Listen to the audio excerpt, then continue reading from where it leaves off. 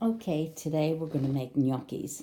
I already made my dough. I used instant potatoes and hot water, and I just boiled some water and put in enough mashed potatoes so that it was nice and thick, and I let it cool off, and then I added 2 eggs to it, and I mixed it up real good, and added some semolina flour to it. Semolina is different than white flour.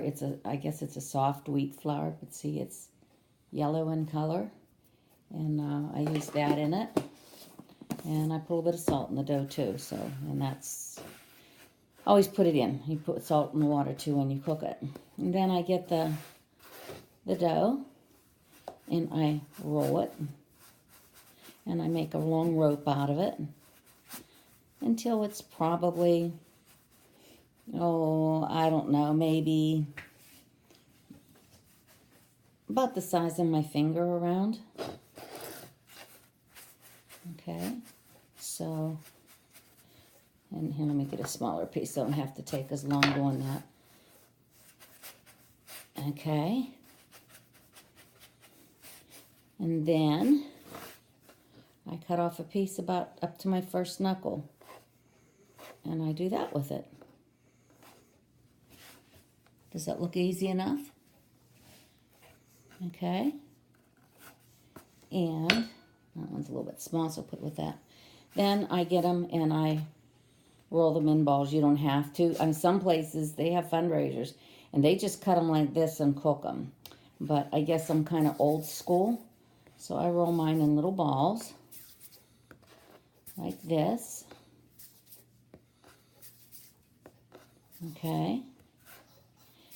And after I've got my balls there, this, everybody, in case you've never seen one, is a gnocchi board. See the ridges in it? Now, some people will roll them off of a fork to give them that signature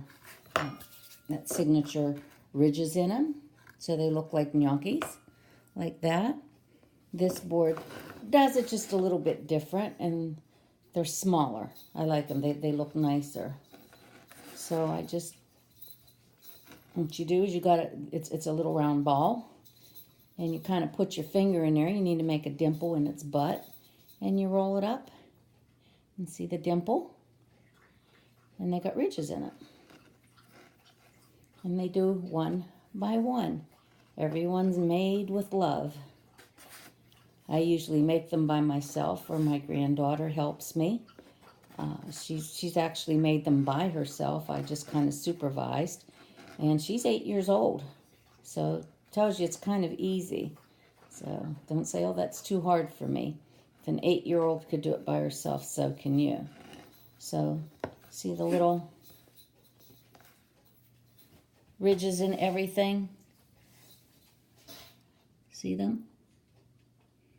Okay, and then what I do is I put them on a cookie sheet, and I put wax paper on there so that they don't stick, because they could.